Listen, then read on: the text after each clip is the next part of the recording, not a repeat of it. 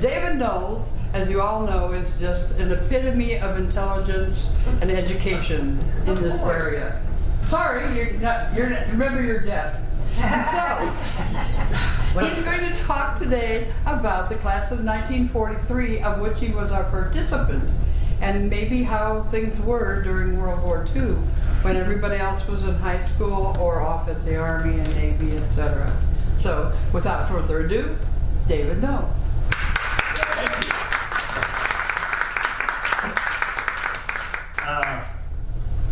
I suppose I should say, is anybody here from the class of 43? Raise your hand if you're. Oh, May, how about that? And there is, who is that? That's Sweetheart Bryant. Yeah. First girlfriend. She fell in love with this guy from Alexandria, Missouri. Married him. And he always got the prize for coming the longest distance. And when they would say, well, where did you come from? And he'd say, from LA. And we assumed he was talking about California. And he was talking about Alexandria. Anyway, but that was okay. You remember that. Husband said he came a long distance from LA. Oh yeah, Laura Alexandria. Lower Alexandria. We're going to talk a little bit about the school primarily. I wonder if you remember. No, you don't. May does. May probably went to Charleston, and didn't you? Grade school. Grade school, yes. But theoretically, you know, the class of 43 was made up of students from Torrance School, Jefferson School, Garfield School, Lincoln School, and Wells Carey. Now, I went to Wells Carey, and they didn't have a name for the kind of people that was going to be going to that school, so they just called it Wells Carey. That's a joke. Oh, okay. And the system then was a 6-3-3 here in Keokuk. I had kindergarten. I was one of the first students in the kindergarten class at Wells Carey. I'd like to say about Mr. Harold Riley. He's a former student, and he's gone, but he's probably turning his grade because he knows what I'm going to say. He started out, and then he didn't make it for most of the year, and then they brought him back in, and he came in, and they set him at my table. And so we became good friends with Harold, and then for the next 12 years, Harold and I were classmates. And so I always introduced Harold. I said, now this is Harold Riley, a good friend of mine. Now he flunked sandbox. and then they put him in with me, and I said, I carried him all the way through. And if you've ever heard or talked to Harold, he swears a little bit. And he says, that's not true. That's not true. So, anyway, I'm going to talk about the Wells Carey schools. Each one of us had a principal. And Wells Carey, Jefferson, Lincoln, we all had baseball teams. We all had basketball teams. We all had swimming and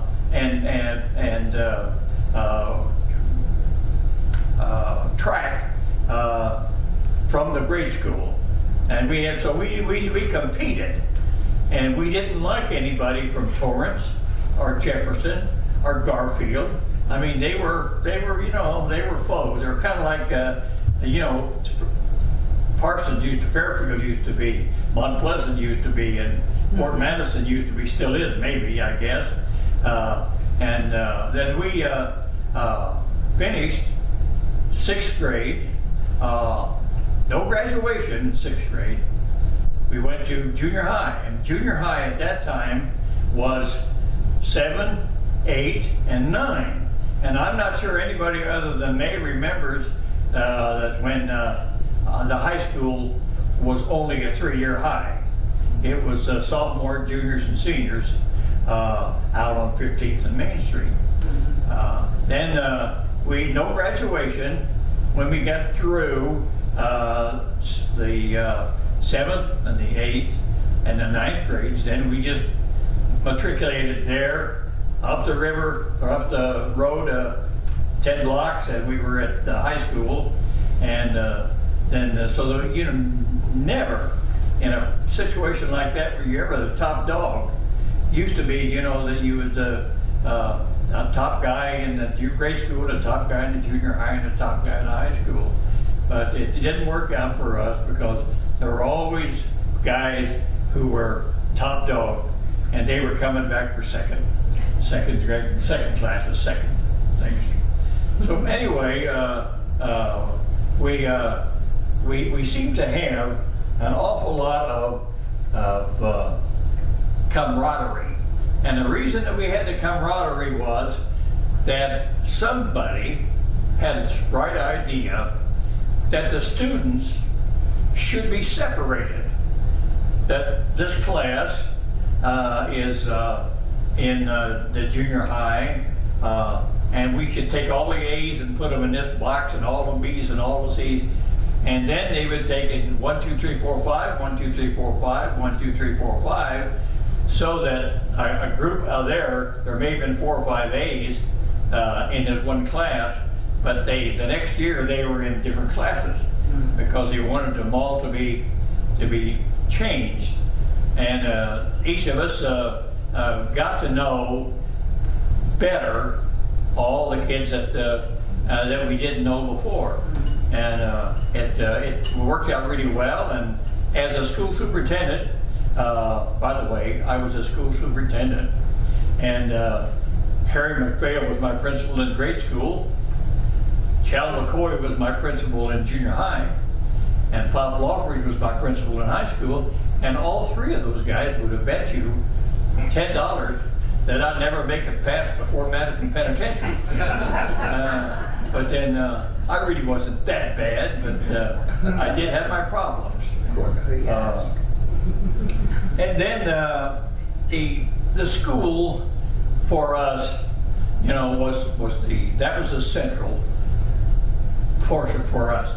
We had dances at the YMCA, at the YWCA, at the Unitarian Church. They demolished the Unitarian Church, and my goodness, I mean, we had our best times at the Unitarian Church. Once in a while, you'd have a fight down there. There would be 2 fellas who liked the same girl, and so they would get into it if this fella got to bring the girl to the dance rather than this other one. But it was a good thing, and education in Keokuk, to my knowledge, was excellent. I just think that we, and I can remember every teacher that I had. My kindergarten teacher, my first grade teacher, my third grade teacher, my fourth grade teacher. Every teacher that I had, I can remember. And I can remember things that, if you ever hear this music,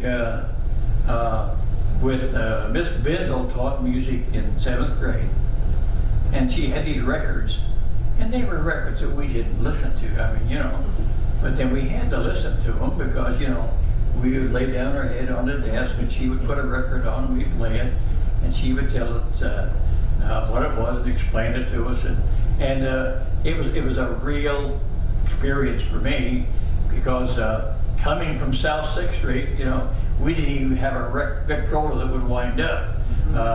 So it was a experience for me that was excellent. And at that point in time, we were in good shape. Now I'm going to talk to you about some people that are survivors. I'm one of them. Bernie Eyman is one of them. Anyone know Bernie Eyman? Golly. I bet you if I said anyone know Dave Knowles, hardly anybody would say I know him too. Thelma Reed Bryant. She's a survivor. Norma Renner Poor people. Rosalie Lancaster Pilkington, Ruby B.M. Corsican, Bianus Murray, Alice Betts Peel. And Alice Betts Peel is the only one left who has a husband yet. All the rest of the people were without our wives or husbands. Betty Trimble Dannon, Lucille Vittstead McPherson, and Helen Miller Hornis. Then I have four classmates that I can't locate. And we have been trying to locate them since our 40th reunion, but we can't locate them. Doris Bird, Leo Chance, Bill Odell, and Kathleen Wilkerson. And if any of you know where those folks might be, or if they in fact have died. Doris Bird. I think Doris Bird has died. Oh, has she? I think so. I'll have to check. Yeah. Well, she lived out, she was out east, didn't she? And she taught school. Okay, then maybe I'm wrong. Well, anyway, that's the one that I am interested in right now. But the war years were That's quite a few for that old to be.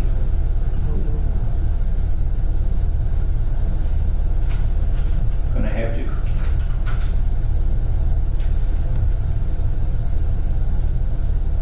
World War II was a problem for the class of 43 because, you know, in 1941 we were 8th graders, I think, maybe freshmen, but 42, and then 43, then 44. And 2 years before, you know, we were 43, we were in this war, and everything was rationed. Do you recall rationing? Anybody? I had a 1926 Studebaker, but I couldn't buy tires for it because they didn't make them. So if you're familiar with the 14th Street dump, why, we used to go out there and we'd dig through that dump looking for tires. We'd find one or two, and if we found one that looked like it was fixable, then we'd drag it home. And if you ever had an old bicycle that you had the rubber bands you put on the thing and you push it through this is before we had inner tubes in a bicycle, through there, and then you'd let it go and those rubber bands would snap back into place, and then we'd set them on fire and they'd burn down even with the tread, which very little tread left on them. And then we would paint those things with the shellac, and hopefully it would run for a while. Sometimes I would have a flat tire on 10th and Main. Once I had a wheel come off on 10th and Main, but then those were the good old days when everybody had gas stamps. They couldn't get they couldn't go and buy gas like we can today. We had to use gas stamps. My dad had the gas stamps. Do you think he was sharing? No, I don't think so. And then all the other fellas. And so even though I had a car, I walked to school my junior and senior year. Then the rationing was butter. And then somebody invented oleo. You remember when they invented oleo? And oleo was white. And then you would take the oleo and you'd get it out of there and thaw it a little bit, and there was a little pill that you would mash and into this oleo, and then you would mix it up, and it looked just like butter. And then you would pat it together and put it in the cardboard box that it came in, and it looked like a pound of butter, only it's a pound of oleo. And hardly anybody knew, you know, that. I think that's true, but then it was something that we had. Oil, gas, nylon hose. If your grandmother has ever talked to you about nylon hose, I mean, that was a big deal. They couldn't get nylon because all the nylon was going into parachutes and other kinds of war efforts. Iron, steel, all of that was going into the, so that we back here in the home was building ships. And that's when our parents, your mother and dad, I don't know whether you remember grandma working, leaving the house and working. You know, grandma was always a homemaker, and mother was usually, my mother was a homemaker. And that was her job. She was there and she did this. But then they were drafting all of the able-bodied fellows to be a part of the war effort, and away they would go, and then industry would have nobody to so they would call for help, and the women started going out here and here. And the one thing that was probably detrimental to that is that the families moved from Hancock County, from Lee County, from Clark County. They moved where the jobs were, and they got good jobs, and they got good pay, and they got good fringe benefits, and here we are. This is what we have, and this is where we stay. So, thank you. You're welcome. But the thing is that a lot of our schoolmates moved. Their families took them away, and they finished up in California, finished up in Michigan, finished up in Florida, finished up wherever there was a job. They would go and they would find it. And then Michigan Ottumwa and Burlington got the ordnance plant, and Ottumwa got the seaplane base, that air base there, and they moved in people like you can't believe, and soldiers and whatnot, and consequently they were really tough to play. I mean, I looked at the scoreboards in some of the comments that I had, and we got beat 42-0, 36-0, 17-0, and then we played somebody, I don't know, I can't remember now who it was. I think it was Montrose maybe, and we won that game. But at any rate, you know, it was one of those things that just absolutely blistered you, and you couldn't understand why.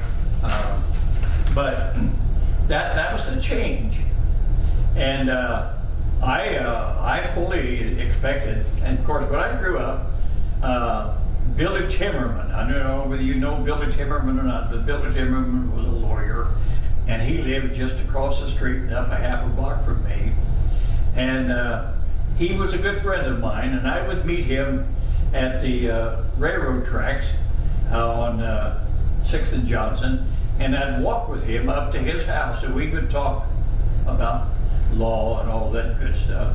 And then Billy kind of took an interest. He said, "Why don't you stop by, and I'll give you some stuff to read."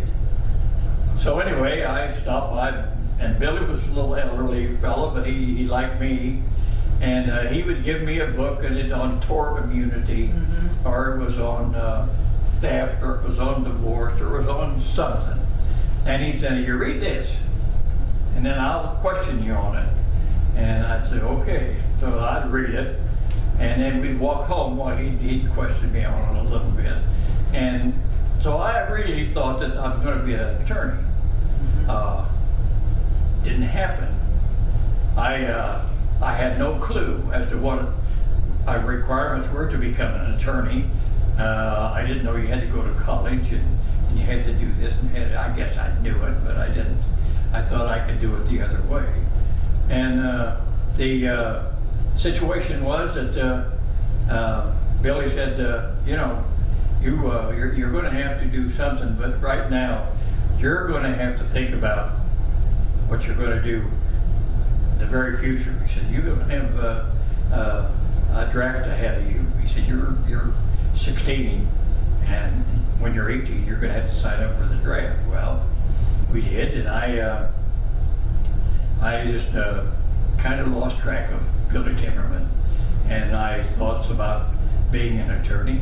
And when I got back, I looked at what my situation was. I graduated, and I got no F's. I got no D's, whole lot of C's, and few B's, no A's. And I mean, I was in the middle groove.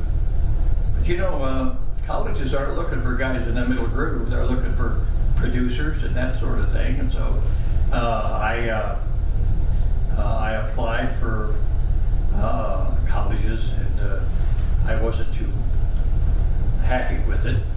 But this was because I was not going to go to the service. I was going to be in college. That was the way. And instead of going to college, why I went to the service and Navy. I was in PT boats. I don't know whether you were familiar with PT boats, but those were wonderful things. And I know my mother didn't want me to be a submarine sailor because they went underwater and they were dangerous and they were this and that. And then I said, well, how about PT boats? Well, what are they? And I said, they're just little boats. And she said, they don't go underwater. Well, then that'd be okay. So then I did. I signed up and I became a quartermaster, and I was assigned to the PT fleet in South Pacific. And then my father made a mistake, and he took my mother to They Were Expendable with John F. Kennedy, you know. And mother said, is that a PT boat? And Grandpa said, yeah, that's what it is. Says, I would never have allowed that. Too late, Mom, too late. So anyway, those are the things that happen. You wonder what happens in school. You remember how often we went to prom and then went to cross the river to the, I think it was maybe Lakeview. Lakeview Club. And everybody went out there, and all the girls, you know, they had their bathing suits on, they had their blankets, and they laid down. They all went to sleep because they'd been up all night. And the fellows swam and did all the other things, but then we all got sick just about from too much, I guess it was too much sun. I'm going to say that. You know, tongue in cheek. But anyway, it worked out well, and one of the other detriments of the draft was that I had a date for prom, and the girl I had a date with I thought very much of, but she was not sold on me. But you know, when there's nobody else around, you know, Dave's okay. And so then what happened was that about 3 or 4 days or 5 maybe before prom, well, I got a call from this young lady, and she says, Dave, you know, she says, I hate to tell you this, but she says, you know how long I've gone with Jake. Yeah, I know how long you've gone with Jake. Well, he's on leave, and he's come home, and he says he'll take me to prom. Mm-hmm. And I said, what am I going to do? And she says, well, you're not going to take me to prom. I guess that's it, Dave. And I said, well, I'm sorry. So if you're familiar with services and Dear John letters, I was one of the first ones to get a Dear John phone call. Anyway, it worked out fine. My mother, I went home and told my mother that, you know, that I wasn't having a date for prom. She said, yes, you have. And I said, well, what do you mean? Well, she says that the young lady next door, we had a double house and rented that half to this family. And her mother and my mother were talking out in the porch swing, and said that she's awfully upset because she didn't have a date. Mm-hmm. She says, now you can do her a big favor and do yourself a big favor. And I said, well, you know, I'm really second choice. I mean, you know, I could don't. And she said, well, she hasn't been asked, so maybe it'll work out. And it did work out. I did take her to prom, and I had a nice time, everything was good. So there's some detriments, and but those were the big problems that I had, or most of the people like me had in high school during the war years. I mean, there was so much fluctuation going on, and no one really knew what was happening. We got these terror. Of course, there was no TV or none of that stuff that we had in Vietnam and Korea, but we did have the problems with go to the movie and you'd see these terrible RKO films, and just what a tough time it was. And so anyway, I think that the war probably affected us more than it did than we realized at that particular time. It wound up being a real troubling time for those of us who were. And I left in a draft of 52 people, 52 kids out of Lee County. Went down and got on a train, and they took us to Des Moines, and we went through their physicals and that sort of thing, and we all had an idea of what we wanted to do or where we wanted to go. And I said Navy, and some other guy said Army, and another guy said Air Force, and another guy said such and such, so and so. And he says, okay, and now this is the way it's going to be. Who wants to be in the Marine Corps? All three guys held their hands up, and the guy says, all right, you two step out. They stepped out, and then he says, you and you and you're in the Marine Corps too. Step out. And the way they went, I mean, they didn't have a choice. They went to the Marine Corps. Then who wants to be in the Navy? And raised their hands. And you and you and you and you and you and you. And he said, sorry, you three, we don't have room for you. So all of us that asked to go to the Navy weren't allowed to go to the Navy. Then the Air Force was kind of the same way. And then it got to the Army, and here was this group here, and all of them had choices, and none of them had wanted to be a infantryman, I don't think. But they said, all right, now all the rest of you guys are going to be in the Army. And so we were checked over. Navy swore me in. The Army took the rest of the draft, and it worked out fine, I guess, because Tommy Worcester. Now Tommy Worcester died, and none of you, I'm not sure any of you know Tommy. You might, May, but Tommy was a bright young man, excellent student, and a good athlete, and he signed up for the Navy Air Corps. He was accepted, and he went through all the training, and on his final pre-flight, I guess it was a pre-flight, he flew his plane out over the Atlantic, out over the Pacific, out of California, and never came back. No, this is not war, this is nothing. He just went out and didn't come back. Well, now there's a stone out in the National Cemetery that's got Tom Worcester. It's a date, so on and so forth. But there's no body there. But the good part about it is that he was the only fellow out of our group that died, was killed in service. Many of us were wounded, but he was the only one he was the only one who died in the service, and which is a terrific thing.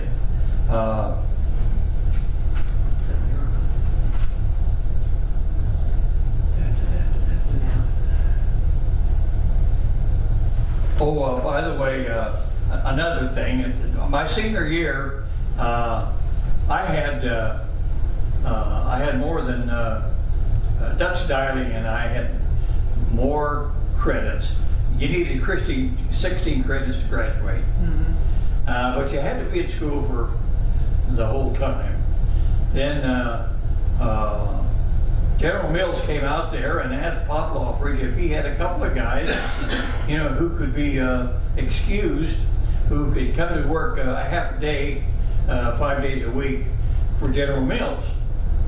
And Pop Lawfridge said, well, let me go through the records. So I went to the records, and he picked me, and he picked Dutch Dialing. And Dutch Dialing was a really nice young man, and he probably picked me because I was a troublemaker. And, not really, but might have been. But anyway, he picked us, and we went down to the General Mills, and they signed us up, and we were put on a payroll, and we would come to school in the morning, and we had to take 3 classes in the morning, and then we were finished, and then we would check out and go down to the General Mills, and then they had an old pickup truck, and Dutch and I would drive that pickup truck all over Timbuktu looking for junk. We were looking for metal pipe, we were looking for sheet metal, we were looking for cable, we were looking for just anything that would work within industry. General Mills they were just putting the special commodities plant together, and they wanted that stuff. And so when we found it, we went to a lot of junkyards, and then, you know, we wound up going to farmhouses, and there was a lot of farms. You'd be amazed at how much you know, junk material they have laying around, and they were glad to get rid of it, especially if they're going to get money for it. And so that happened, and then when we graduated, right after graduation, when we were all headed for the service, why General Mills gave us a certification that we were number 1 and number 2 on the seniority list for that plant, and that they gave us a going away box that had cards and stuff in it and that sort of thing. And then it was just a really a good experience for me in the first place. You wound up realizing that you were a part of a bigger thing, that you were a part of something that was really needing to be taken care of. And anyway, when we came back, we both went down, and Dutch and I, and Dutch had gone to the Army, and he was I can use these guys' names because they're dead, okay? And Dutch was had died now, and anyway, Dutch had driven a big truck when he was in the Army. He was in the infantry, and he became a truck driver, and that's what he liked to do, and that's what he wanted to do. And he was there maybe a week or 10 days, and he said to Vern Waters, the boss said, "Hey, we're quitting. I'm leaving." He said, "I'm gonna get a truck driving job," which he did, and he spent his whole lifetime, I guess, driving a semi, which was great.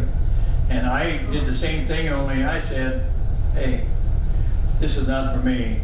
I said, "I got a GI Bill, and I'm going to go to college, and I'm going to do something."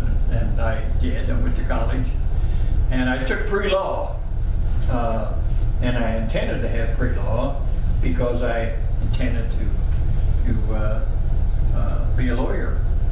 Except that I met this sweet young thing in Nauvoo, and we got married. And I was a sophomore in college, and by the time I was a junior, I had 3 children. And I said, "Well, I don't think law's for me." So I went to my advisor, and he said, "Well, you can teach political science, social studies if you are interested in teaching." And I said, "I'm interested in anything that brings money in." And consequently, that's what I did, and I spent 32 years in education, retired, took early retirement, came back in the mental health center in Carthage, called me and said, Dave, you know, we need somebody to take over this mental health center and operate it for at least 60 days till we do a job search. And I said, well, I'll do that. And I did. And after 2 months, why, they were going to do it 90 days. But after 2 months, why, they said, we finished our job search, Dave. You're it. So I was there for 20 years. So I finally retired at 75, and you know, none of my boys are interested in that. They don't think retiring at 75 is a big deal. And I'm not sure that my daughter thinks that retiring at 75 is a big deal. But I felt like that it was a big deal, and the mental health center fit me better than did education. I don't know why that was, but it did. But anyway, I've just rambled here, and I'm not sure what you got people expected from me, but I hope I gave you something. The school system was one of Kathy. What kind of proms? I wanted to know, what did you do at your proms? I mean, where were they held? Were they decorated or? Yeah, well, the proms were held in the gym. In The high proms were held school? in the gym, and we decorated the gym. And we would go and, The pit, the pit, Jim? Yeah, no, wasn't the pit, well, they call it the pit. they called it the pit at the Keokuk, Yeah. the old The- gym. The basketball. Basketball Oh, sure, court, yes. they called that the pit? Yeah, Well, I've never heard that term. That's a new term for it. Was it? Yeah, it's after my time. The Okay. pit. But Sorry. you had to walk down into the gym. Yes, I right, see. yeah. Okay. And In front. and of course, back then, good, you know, I remember Miss Nan Collis. Love you, Miss Nan Collis. Miss Nan Collis would come down and she'd tap me on the shoulder and say, David, you're dancing too close to her. And I'd say, okay. And that wasn't just me, you know, I had, I got along fine with all the teachers. I know that I got expelled twice in one day from my favorite teacher. I don't know whether anyone knows Josephine Simmons or not, but Josephine was college comp, and she did a great job. This was my junior year, and 4 or 5 of us decided to go out to Rand Park and play tennis. Well, Pop Lawfridge, his biology teacher was ill, so he decided to take the biology class, and he could get somebody for the afternoon group, but not the morning group. So he took them for a walk out to Rand Park, and they was going to do a little nature hike. And when they got out there, they walked right by the tennis court, and Bob looked over there and said, hey, those are 5 guys of mine. And he came over and said, you go back to your back to school, and I'll wait for me. So anyway, we did, and Pop Lawbridge came in and he says, Mary, do you remember Mary Davis? She was a lovely lady, and she was the secretary. Just type up 4 or 5 letters, and she typed up the 5 letters, and everything went well. And he said, now you're expelled, and your folks will have to bring you back tomorrow. Okay. So anyway, we were walking down the hall, and we were rowdy. Now, I don't know whether some of these terms, get to you, but this is the first time I'd ever heard this. Why, Josephine stepped out of her room, and she says, Mr. Knowles. And I knew that was stop. So I stopped, and she says, you people are it's a cacophony out here. And I said, what?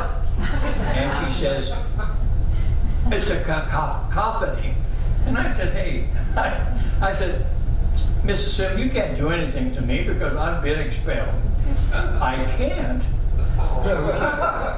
She takes me back to the office, and Pop Loveridge walks in, and he goes, and she said, this is what Mr. Knowles has said, that I can't do anything about this. And Pop says, well, you have. He says, Mary, type up another letter. Well, she typed another letter, and he signed it and gave it to me, so I went home with 2 letters. And this was about 10:30, quarter to 11. 11 o'clock, I got home with the 2 letters, and my father said, hey, what's up? I told him I'd been expelled and I couldn't go back until tomorrow morning. He said, that's ridiculous. He says, get in the car. So I got in the car, out of school we went, and Pop Walker says, I haven't had my lunch yet, Dave. Now, my dad was Dave too, Dave. And he says, neither have I. But he says, there's no sense in this kid laying around the house when he could be here. He said, I'm bringing him back. And he said, I want him, whatever you want to deal out to him, you deal it out. But I'm not gonna let him. Pop Walker says, okay, what's your class? And I said, such and such, so and so. Okay, he says, Mary, give me an admit. So I went back to my class. I didn't have any lunch, but Bob Lawford's got lunch that day, and my dad got lunch that day. I didn't get any lunch, I'll tell you that. So, and the other guys didn't get to come back. They went out to the park and played tennis. What they did, they didn't take the letters home until that evening. Okay, I didn't talk about the Depression. Surely you read about the Depression, you know about the Depression. But when we went to school, we went to high school, as freshmen, we were either just in the depth of the Depression or we were just coming out of it. Mm-hmm. And my family was like every other family. We had brothers, no jobs, and we had sisters, no jobs, and we had uncles, no jobs, and aunts, no job. And my father was lucky enough, he had a job all through the Depression. But we also had all of these people that came to live. I would wake up in the morning and I didn't know who was sleeping with me. But, you know, when I went to bed that night, I was by myself. It's one of those situations where you don't realize, you know, just how desperate everybody was during the Depression. And I don't think we did either as 9th graders and 10th graders. We realized just how difficult it was. Mm-hmm. But when I look back on it, why, I just can't remember ever having dinner with just my mother and dad and 2 sisters. We always had somebody eating with him, somebody there, and not always the same people, but then they just come in. So the Depression, was a pretty serious thing, and if you studied your history and that sort of thing, why, it was a pretty serious thing. And but I think that the Depression affected us in as much as we realized all of a sudden that nothing was sacred. You know, you've got a job today, tomorrow you may not have one. And it's just the way it went. And so I guess any questions? What kind of classes did you take? I took college comp, and I took algebra, and I took physics, and I took chemistry, and I took all of that stuff. And I had Jack Hornis for a partner, and I did all the work, and he got all the credit. But then I didn't take any shop, which I should have. A lot of the guys, you know, they took shop, and they learned to wire and to be carpenters and that sort of thing. And I didn't. I just had aspirations to be A lawyer. somebody that I probably wasn't going to be, but that's the way that was. And a lot of them did the same thing. I mean, you know, we got, I don't know, but those are the classes that I took. They were difficult, and but most classes. Who's the toughest teacher? Who was the toughest teacher? I didn't have a tough teacher. I'll tell you, I don't know whether Bernice Phillips is still alive or not, but I'm going to talk about her. Okay. She sat right behind me in bookkeeping, and Bernice would, you know, she was just sharp as a tack, and we get the assignments, and then, you know, and she'd do it, you know, and she'd have her homework done, you know, and then fold it up. And I'd take my sheets out, hand it back to her. and the next day, when Dr. Gill, you remember Mr. Gill? And Mr. Gill was, and he would say, Mr. Knowles, I don't understand, would be the next day. I don't understand. He said, you do so well on your daily work, and then these tests, he says, they're atrocious. And I said, well, it bothers me too, you know. So anyway, I said, you've got to, you know, realize that I know this stuff, or I couldn't do it on my, you know. And of course, you know, Bob Lowery's no dummy. And, but anyway, it's always nice to have friends. That know the answers. Any other questions? I hope I haven't bored you. I think that. No. Okay, wait. How long was your school day? When did you go in the morning? When did you get out? Day. How many Day. hours? Yeah. Probably. Well, most of us got there about 8 o'clock, and then we, you know, pick on the freshmen or pick on the sophomores or something. And then we go to football practice or basketball practice, and so our day was long. What kind of food did you eat? Did What? they feed you? No. You had to take your own lunch? Yeah, we'd go over to Kiesling's and buy a sandwich or something, but no hot lunch. Now during the Depression, my mother and other mothers would go to school, and they would make hot lunch. They would make beans and cornbread and something else, noodles and something, and they would serve certain kids. And I would say, you know, those kids, I had to go home, and my dad would cook something, and I never cared for it, but I had to go home and then eat, and then rush back to school, and it would just about take her over 45 minutes or an hour. And but then mother would feed these kids, and then once a week, these women would take clothes, and they would wash them, and they'd have these clothes washed and clean, and then they would take the dirty clothes, and in the Wells Carey, there was a bathroom. And the kids would go in and take a bath, and they put their clean clothes on. Oh my. And that was, you know, that was back in the 30s, and you just think about that, and it was, and I would say, you know, Mom, why can't I? And she said, because you can't. That's why. Well, it's none of your business who comes down there and eats, and it's none of your business who gets their clothes changed. It's none of your business. You need to go home, and that's the way it is, and that's the way it was. Yes.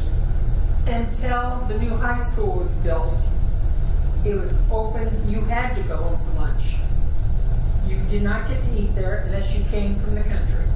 You had to go home for lunch. School was dismissed for everybody to go home for lunch until the new high school was built. then they start having it closed.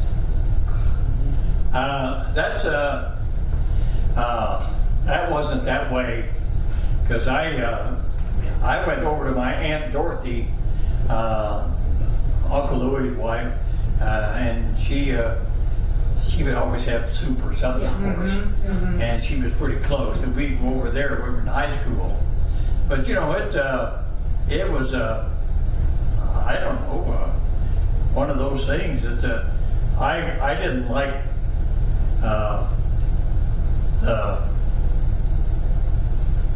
some food that was given there when they had the hot lunch at the high school. And anyway, I was almost in trouble. Yeah. I wasn't yet. Irene McNee, do you remember Irene McNee? Does anybody remember her? Home ec teacher? Man, the girls made that plum, whatever it was. It was plum good. And they would come out of class and they'd have that stuff, and the boys would be rather eating it. And Irene said, now come on, Dave, you're going to get in trouble to keep this up. Now I want you to bring your peanut butter sandwich or whatever it is, come on down to my room for lunch. I said, okay. And I did. And so, you know, and I had people bail me out that helped me until she married Brewster Evans. And I just lost all faith in her. Brewster was my basketball coach. And yeah. Gentleman back here has a Yeah, question. so summers during high school, did you work on do farm work, or did you have a part-time job in the summer? Yes, yes. Well, we didn't have part-time jobs because there wasn't any. In the summertime, I went out and caddied, and you know, you'd carry a double. That's 2 bags, and you'd get 50 cents. Now, if you and then if you lose a golf ball, then you know I had one guy from Canton that came up there, and if I lose a golf ball, he'd say, "You're only going to get a quarter because you lost one of my golf balls." And I said, "I can't help it if you hit that ball clear down there in the timber." And well, that's too bad, you know, because you know. And but then we cut grass. I cut Billy Timmerman's grass, and anything that I could get done. I do. I tell you what, we used to sleep outside in the summertime, and we'd listen for the. You remember when the dam would blow the whistle, and because a boat was coming through, we'd get on our bicycles and we'd go down there with a gunny sack. And this was the middle of the night. I mean, couldn't do that today, but we'd go down in the middle of the night, and they had this gate in the north side of the thing would go down, and when it would come up, it was slatted, but when it would come up, it would have fish that was too big to go through the slats, and we'd run out there on the gates and we'd grab those fish and put them in the gunny sack, and then we'd take the gunny sack and down and we'd tie a rope around it, put it in the water so the fish didn't die, and the next morning we'd take the fish down to Howard's boat dock and sell him the fish. And we anything for a buck back in those days.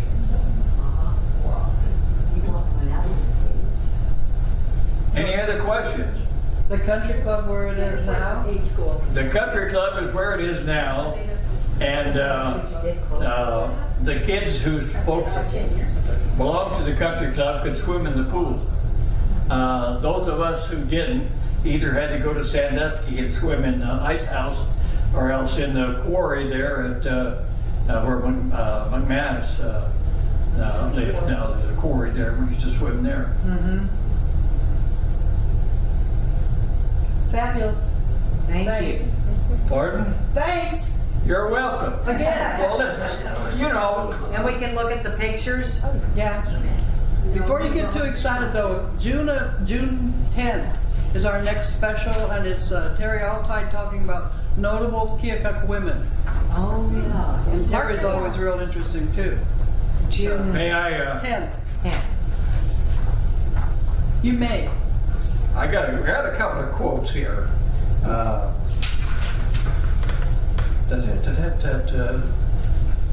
life is like a river.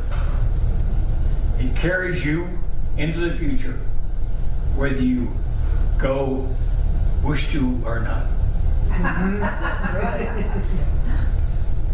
The closer you get to where you began, the closer you are to where you belong. I thought those were pretty good quotes, and I'm almost back where I belong when I get to Keokuk. I just I only spent actually 18 years here. When I went to the service, then I came back and I worked for a while, living there at the house. But then Margaret Ann and I got together and decided that, you know, she's going to put me through college. And she didn't. My hair is white and I'm almost blind. Me. The days of my youth are far behind. My neck so stiff, can't turn my head. Can't bear half that's being said. My legs are wobbly, can hardly walk, but glory me, I can surely talk. And this is the message I want you to get. I'm still a kicking, and I ain't dead yet. The joints are stiff, won't move in their sockets, and nary a dime is left in my pockets. So maybe you think I'm a total wreck. To tell the truth, I look like heck. But still I just loads of fun, and my heart with joy is overrun.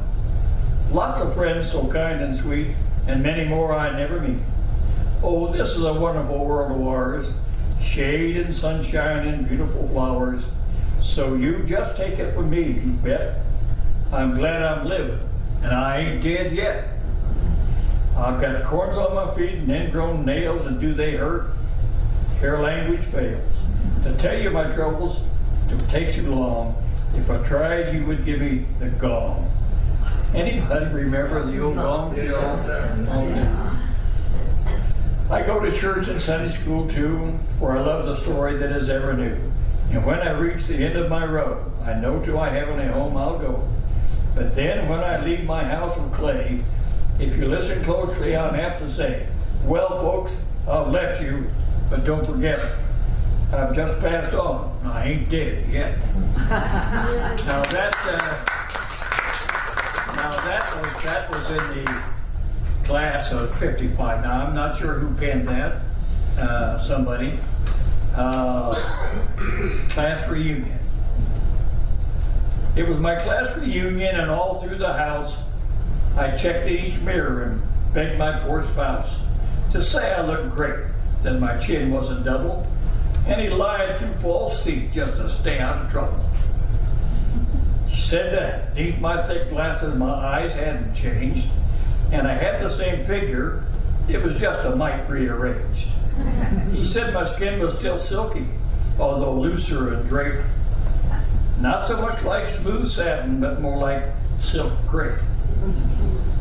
I swallowed his words hook, line, and sinker, and entered the banquet feeling just fine. Somehow I expected my classmates to stay as young as they were on that long ago day. Well, hug farewell hugs. Just like me through the years, they'd added gray to their hair or pounds to their rears. But as we shared a few memories and untold some class jokes, we were 18 in spirit, though we looked like our folks. We turned up hearing aid volumes and dimmed down the light, rolled back the years, and we're young for the night. Yay.